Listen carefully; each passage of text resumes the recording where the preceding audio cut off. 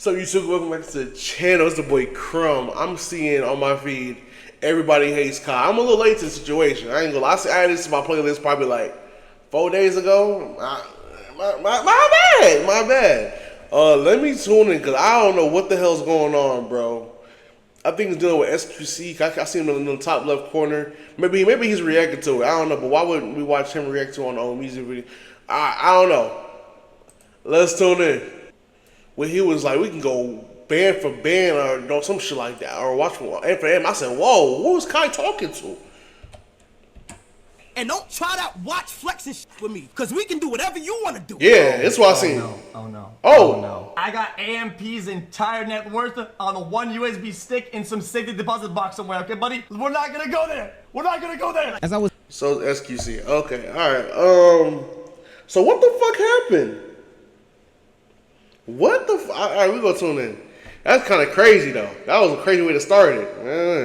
I ain't trying to pocket watch, but I don't know who. I don't care who got more money. Who's more entertaining than me is Kai, because I watched. Only thing I watched of SQC was when he was playing Fortnite with Ninja. I didn't even watch him that hard though. And then when they were playing Imposter, when they were playing Among Us with like Toast, Ray, Pokey, Myth, all that shit, years back. That's not like I wasn't watching it for him. I was watching it for the group. Like my preference. was sitting back watching the XQC Kai Cenat band for band off on Twitter. I thought to myself, wow, why does every old streamer and even other streamers alike seem to hate Kai Cenat? It seems like every time I look up, all these old streamers are taking the opportunity and time out to hate on Kai and the accomplishments, achievements, or hell, even just streaming on his channel. But the way the situation started off didn't seem to be too serious to me. You wanted me to cry? Oh my, here we go, bro. Drop 100 gifted if you want me to be happy, guys. Oh my god. Oh my god, what? Oh, that's a good. Are they making fun of Jack? The Kai Cenat strats. She's really, dude. Wow, AJ, you let him do that? Wait, when does Wait, did I cause this? Kai cry for subs? Oh, God, When say is he- something, Q. When is he not? Say something, Q. Oh, AJ, say something. You look like you're joking though. Stop instigating. Alright, yo, invite me. Wait, But you look like you're joking though. I don't think he really hates Kai. did I start this? This was the latest of one of many sneak disses where people are claiming the way that Kai Cenat goes about getting subs and his subathons is very unethical. This time XQC is saying that Kai seemingly cries or exclaims that he basically needs subs. He's crying for subs constantly on his platform, and that's the way that he gets to these gaudy numbers when he does these subathons. Now in the past, Kai Cenat would have let all of this fly under the rug, but recently he just got totally upset at all the sneak dissing and hatred from these other streamers, so he had to address this one. He brought it straight to XQC's front door. Felix, Damn. something. Felix, not the government. Fuck you. That ass, bro. You doing some funny Stop, bro. Like, that ass, gang. I'm over here cleaning my damn setup. This guy had the nerve to go ahead and tell me that all I do is bring celebrities on stream and shit like that, do collabs and shit like that, and cool that, which I understand. You know what he said that. Doing it. It's just the most viral. You feel what I'm saying? Right. Don't even account for the half of the shit I already did, which is fine. That's cool. You feel what I'm saying? Then say, oh my God, he only does this. He don't do nothing. He cry for subs. Gang, I don't switch it up in so many. Like we could do whatever you want. I don't switch it up to international. I done went international overseas. IRL. I done did gaming. And you was on my while I was gaming Elden Ring. You was in my chat offering me 25,000 for each boss that I fought. Every time you came back in, let's not even bring it up. No, let's look at the facts, gang. Glaze me, cause niggas talk don't remember what they be doing. You was just on my gang. You was offering 50,000 to 25 to $50,000 for every boss I fought. What are you talking about? And I know he gonna see this. And don't try that watch flexing shit with me, please. Cause we can do whatever you want to do. Watch for watch, house for house, M for M. I'm with it. You can't do that with me. So I said, whoa, my nigga, who the fuck is Kai dissing? Nah, nigga, that nigga on defense. Doing something. I don't blame him. I'll fill up my whole arm, and I'm very humble, gang. You feel me? Like, I hate when do that, gang. Now, as a true test of manhood, the bank accounts came out, and both of these guys are multimillionaires, so I don't even understand why this is an actual conversation. XQC goes on to talk about how he has AMP's whole net worth or some bullshit like that. And I know he's gonna see this. And don't try to watch flexing shit with me, please, because we can do whatever you want to do. Watch for watch, house for house. Oh no. Brother, you do not do, brother. Come on. You did not want to go band for band. We're not going there. House M for M, I'm with it. We're not. You can't do that with me. Both hands in the air. Both hands in the air. Brother. I got AMP's entire net worth on a one USB stick in some safety deposit box somewhere, okay, buddy? We're not gonna go there. We're not gonna go there. And at this point, it's just turned into a whole measuring contest where people get off the topic at hand. Ego BG said something that I have to agree with here. Yeah, when they get to a certain dollar amount, it ain't about who got more money, bro. They both millionaires. That's what I'm thinking. It don't matter no more. It don't matter. Like, it only matters when you go band for band with somebody that's not like you know what I'm saying? You know that they not making money. No one knows if Kai got more money than him or if he got more money than Kai. It's too close. So it really doesn't matter, bro. And in that same conversation, Academics brings up a point where he says that Kai could easily be the richest guy on this list. See, look, I don't know who, like, I don't even know who Trainwrecks is.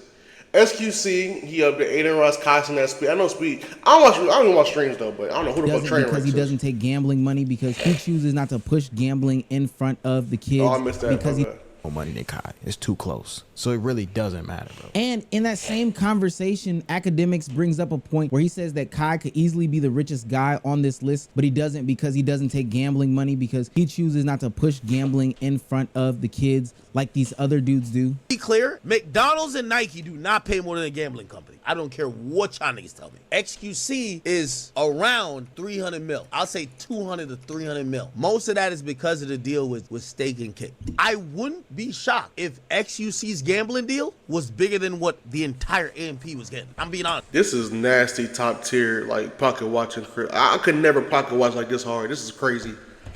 I think Kai Cenat is having the most. I just couldn't care that much. He just came off the biggest subathon ever. At this moment, I think in the last Didn't Speed win Streamer of the Year though? I saw it on Instagram. Kai may have gotten more money than any of these guys, but just off of what he just did. Kai's biggest month. This is nasty work. Probably like Academics. $3 million. Probably six. Probably six. I'm tripping. The subathon month. I might be wrong.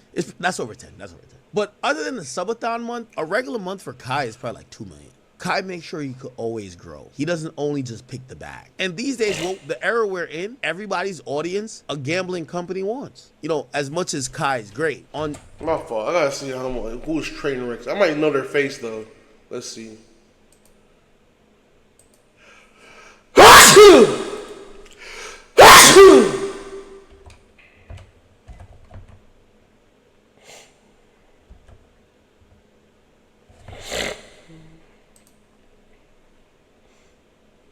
Oh, him? I know his face. I know this dude. I never watched his videos though. I've seen him on Instagram. He's talking about some crazy AO shit, like such shit. That wasn't funny. But he's number one? Okay. All right. Do your thing, brother. Do your thing. Yes, sir. Oh, I clicked the wrong thing. Make sure you're still watching. Okay. Until, and by the way, this is what, I'm glad that he picks his integrity.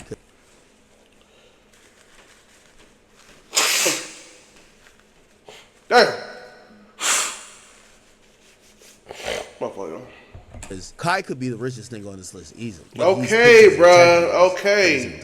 A long time ago, Kai could have easily taken a Kick deal and been the biggest or the second biggest Kick contract. Take any of this stake money, especially where he is now. He could take whatever money anybody is throwing out right now and well over exceed anything that anybody has. That's not really even why I care about this conversation, because I'm not measuring dicks with them. I'm coming up short every time. What did he say?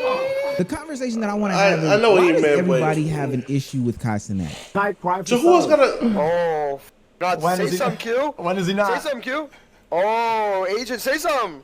I'm gonna point at something here called ethical streaming. See, the old guard will have you thinking that streaming is reacting to videos, playing video games, watching YouTube videos, and interacting with your Discord community. But the new age streamer is literally doing something never seen before. Blackboy Max is making songs that are featured on Spotify's playlist while he's live on stream. Kai Cenat is bringing on some of the biggest and best creators, not just in the content sphere, but traditional creators like artists and other musicians, sports figures, and all that on the stream and performing skits with them. them. And even if you go down from that level, Deshae Frost is having some sort of sketch comedy where he's doing this IRL interaction with people that's kind of scripted that makes its own show. And hell, IRL streaming literally took off in 2024. But if you ask some of the old guys, that is not the way streaming is done, and they seemingly have a problem when some content creators do these things. First and foremost, saying that you're only going to give credit to one person over the other when both of them have done things to elevate the game is a little bit silly to me. All of the people involved in this conversation be regarded very highly when we talk about streaming. Secondly, in this conversation, and this is only if we want to really get into it like this, I don't think it really matters who did something first. I think it matters who brought it to the biggest level that we're talking about at the current moment when we're dissecting it. Sure, you can always give credit to the pioneers, and I do think that they have to be in the conversation. But having this contest where we talk about who did what better and put it on a scale and this, that, and the third, and discrediting somebody else by saying I'm only going to give credit does nothing but harm in the conversation. Oftentimes, we don't even know who did things first. And you sound like an old Karen who's really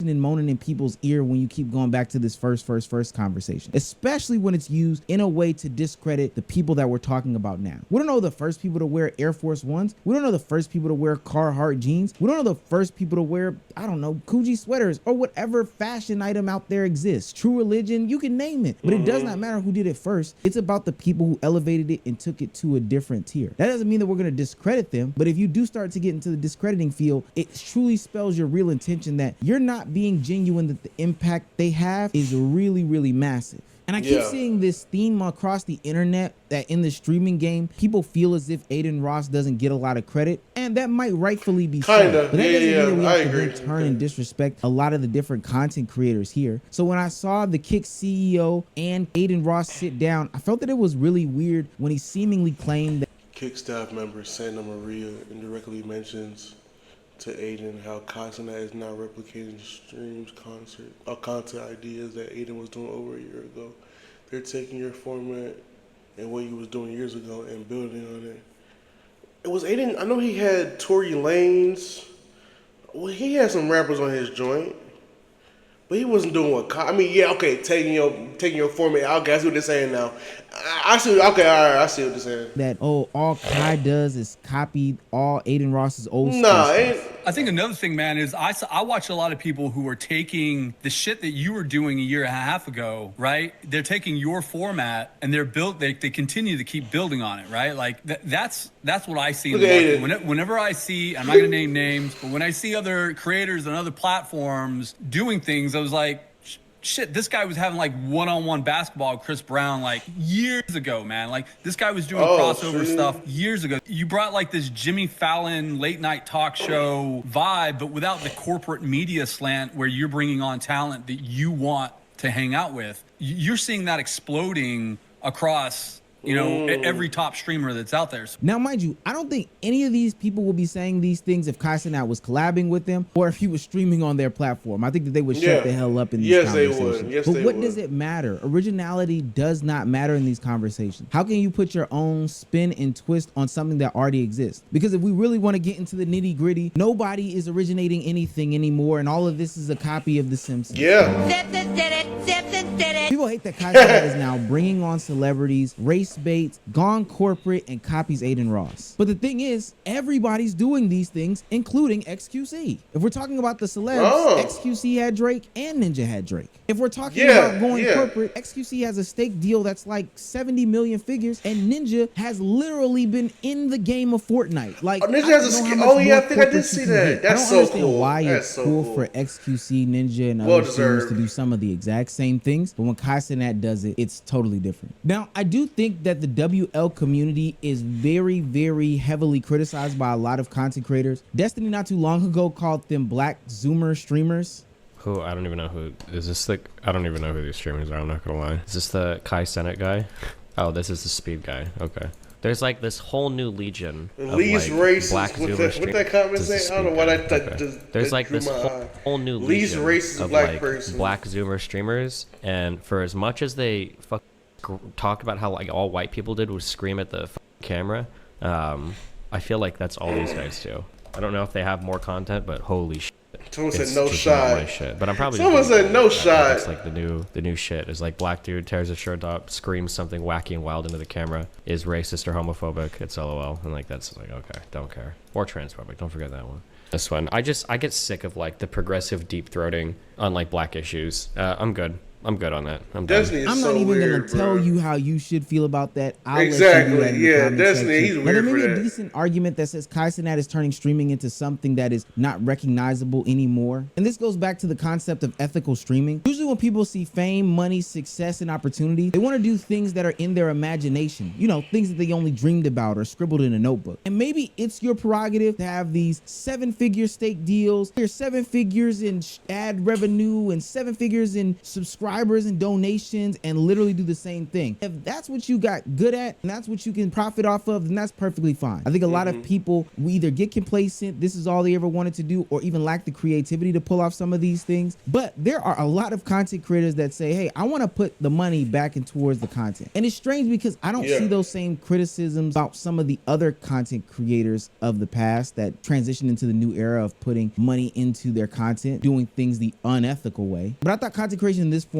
was an avenue for people of all walks of life to be able to see something on TV, get creative and get inspired, and put it on their own platform in their own way. I never understood the concept of people getting mad at when people take different content and elevate it to a whole new level. And they honestly discredit the people that take it to a whole nother level. I can think of when people say, oh, Drewski versus Trey Rags. Well, Drewski goes out of his room to make skits. Well, Trey Rags has the same opportunity. He just doesn't do it. Not. I think of when people got mad at Mr. Beast for upgrading his camera equipment and upgrading his sets. And I thought to myself, wait a minute, your other favorite content creators could literally be doing the same thing. They make hundreds of thousands of dollars a month on some of these brand deals and AdSense money, and they don't elevate their content. In all reality, these old just hating. And maybe because they were able to reach the monetary success that some of these content creators were able to reach, but as far as the fame and cultural impact, it was never there for them. And this kind of reminds me of the rap argument. What is your taste?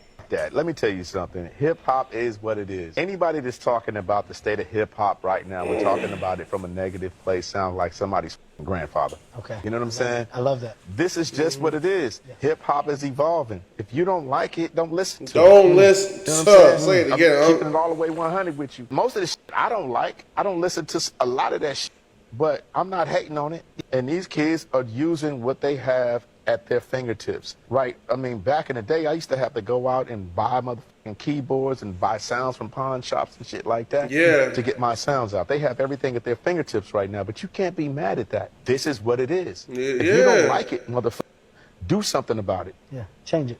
Other than that, shut the fuck up. That's it.